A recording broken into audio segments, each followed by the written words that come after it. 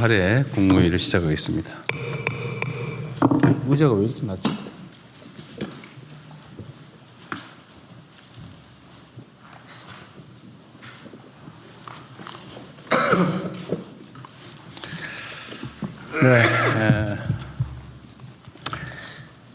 내일부터 민선 9기 지방정부의 임기가 시작됩니다. 지방자치 개막 이미 31년인 것 같습니다. 이제 새로운 지방정부는 본격적인 균형발전 시대의 출발점이 되어야 되겠습니다.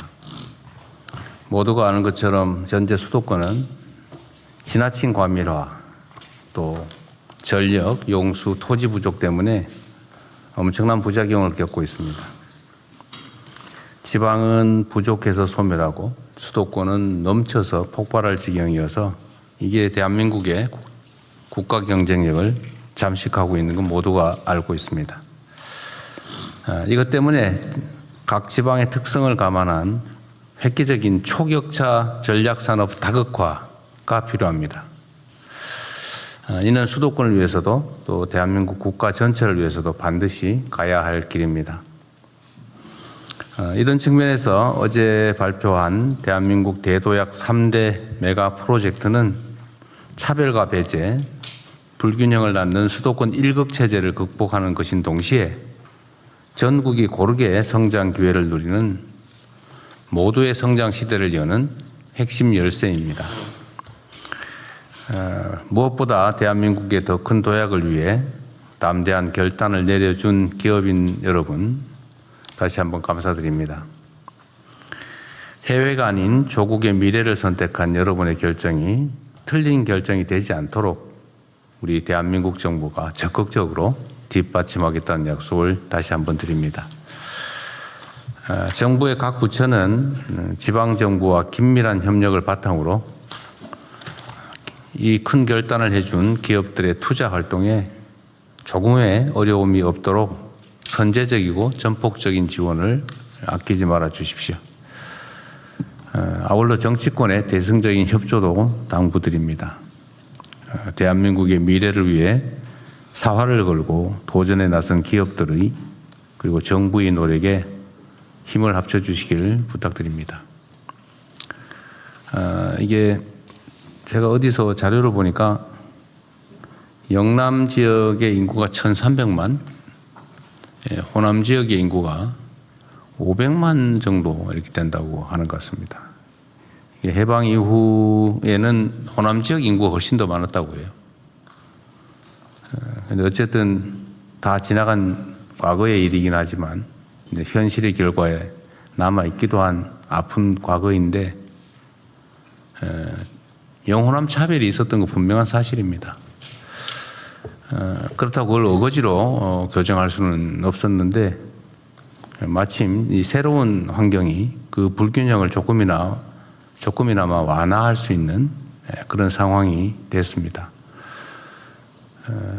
제가 말씀드린 바가 있긴 한데 호남이 배제와 차별을 통해서 그간에 많은 어려움을 겪었는데 그게 이제 전화위복의 계기가 된 측면이 있습니다. 장기간 방치되고 개발해서 소외되면서 오히려 용수나 전력 또는 용지, 토지가 잘 관리된 측면이 있습니다. 보존된 측면이 있죠. 근데 지금은 첨단 산업, 그중에 특히 반도체 관련 산업은 전력과 용수가 이제 그리고 토지가 가장 중요한 요소가 됐습니다. 수도권에서는 더 이상 전력 용수를 구할 수가 없는 상태죠. 지금 계획하고 있는 것도 감당하기 어려운 상황입니다. 특단의 조치를 해야 될 상황인데 때마침 AI의 열풍 때문에 대규모 투자가 필요한 상황이 됐고 마침 또 여력이 있는 공간이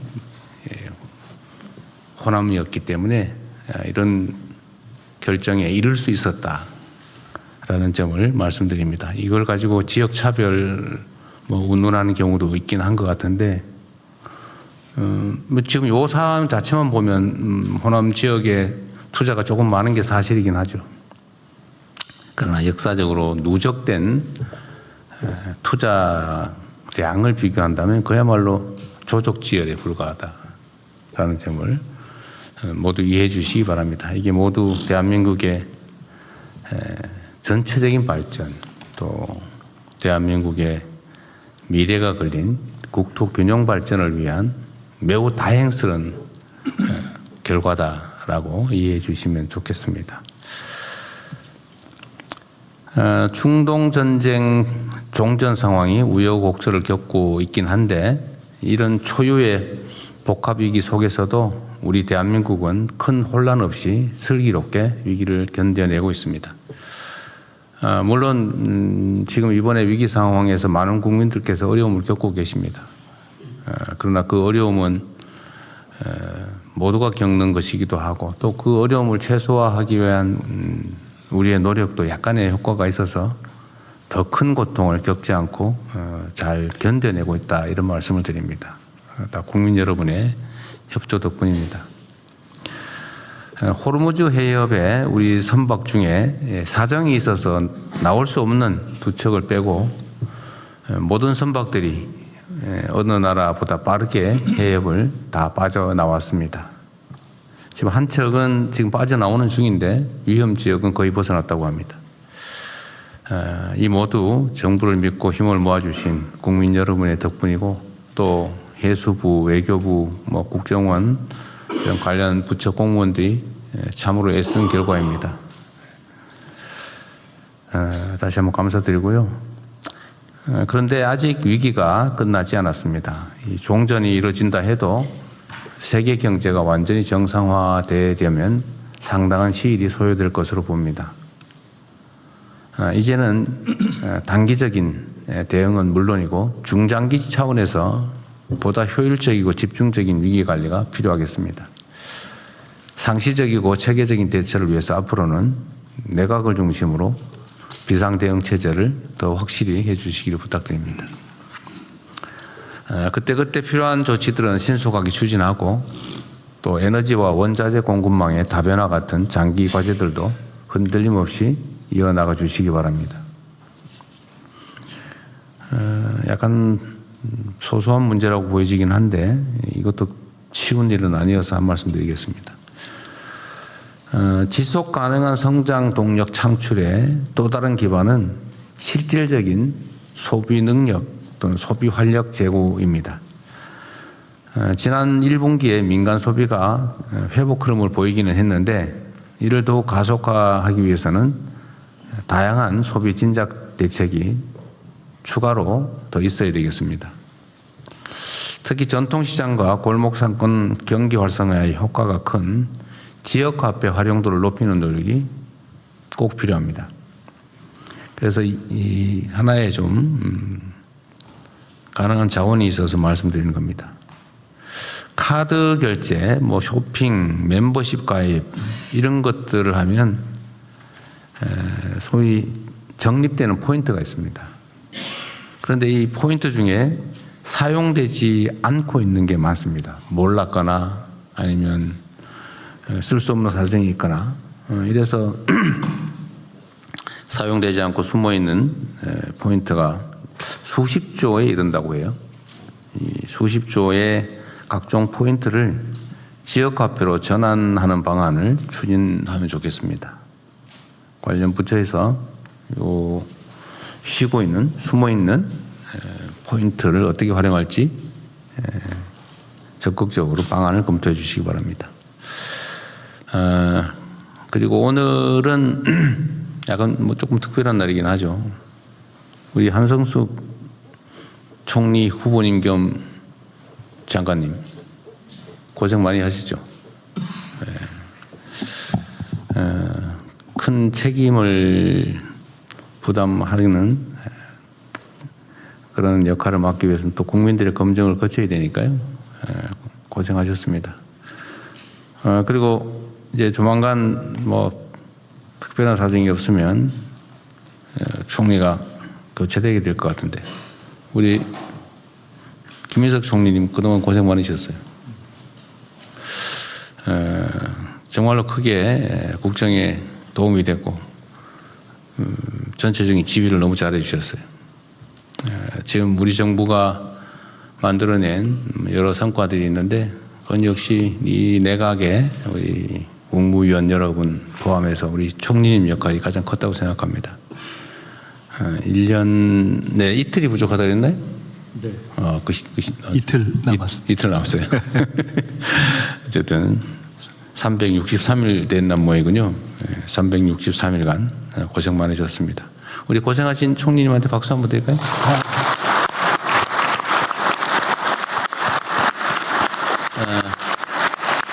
이제 사회를 다시 또 넘겨드릴 건데 본격적으로 회의를 시작하기 전에 한 말씀 하시고 시작하는 게 나을까요? 끝나고 하는 게 나을까요? 미리 하시는 게 낫지 않을까요? 예, 그렇게 하십시오. 예. 감사합니다.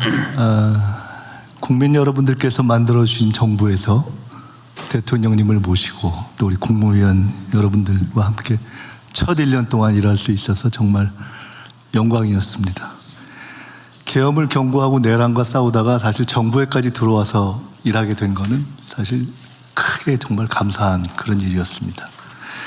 국민 여러분들께서는 못 믿으실 텐데 지난 1년 동안 국무위원 회식을 한 번도 못했습니다.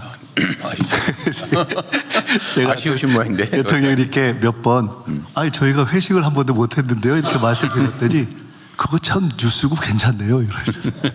그러고 회식을 하자는 말씀을 회의만 너무 많이 안 하셨습니다.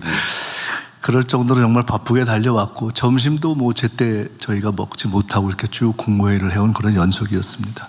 저로서도 참 보람 있는 일들이 많았습니다. 에이펙을 성공적으로 치러내고 글로벌 AI 허브 유치하고 의대생들 복귀, 또 행정부 내란 청산, 자살 감소, 광주 전남 통합에서 어제 우리 대기업들이 대대적인 지방 투자를 결정하는 과정에 이르는 등등의 과정과 성과에 다 큰 보람을 느낍니다.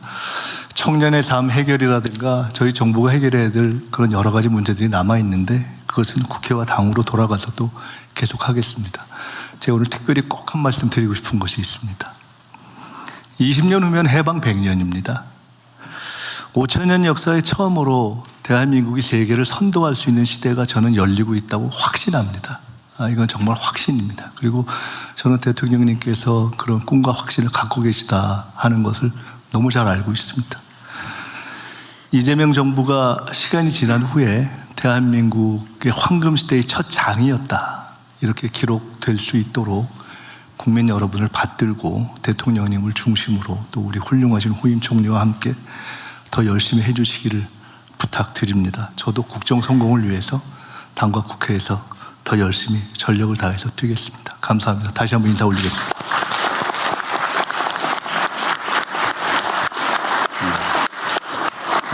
총리께서 뭐 많은 일들을 잘 해내셨는데 제가 높이 평가하고 싶은 특별한 사안이 하나 있습니다. 그게 자살자 감소예요. 총리께서 어쨌든 총괄 책임을 지고 여러 국무위원들 또 다른 처청까지 다들 했었는데 지방정부까지 하여튼 이 올 연초 통계부터 보면 어쨌든 월간 수백 단위로 자살자가 줄었습니다. 참 자살이란 말 입에 내기가 참 그런데 어쨌든 우리 정부가 목표하는 여러 가지가 있지만 국민의 목숨을 살리는 정부가 되겠다 이런 말씀 가끔 드리는데 연간 15,000명 가까운 자살자들이 생겨나고 있잖아요. 근데 어쨌든 그걸 시스템을 좀 정비하고 관심을 가지고 조금씩 노력한 게 성과가 나고 있는 것 같아요. 수백 명이 목숨을 구했다는 건 매우 의미 있는데 저는 그 점에 대해서도 다시 한번 감사드립니다. 수고하셨어요. 네, 이후 회의는 국무총리께서 진행해 주시겠습니다. 네, 그러면은 우선 현안 토의부터 하겠습니다. 중동 전쟁 관련 비상국정 운영 및 대응 현황에 대해서 재경부 차관님부터 산업부, 금융위, 복지부, 외교부 장관님 순서대로 발제 부탁드립니다. 오늘은 전심 때 이전에 한번 끝내보도록 마지막 회의인데 네. 주재한 총리의 책임도 적지 않습니다. 지금. 알고 보니까 다 제 잘못이었습니다. 네, 오늘은 가급적 예, 전 시간 전에 대통령님 한 말씀 해야 될까요? 말씀을 하십시오. 오늘은 뭐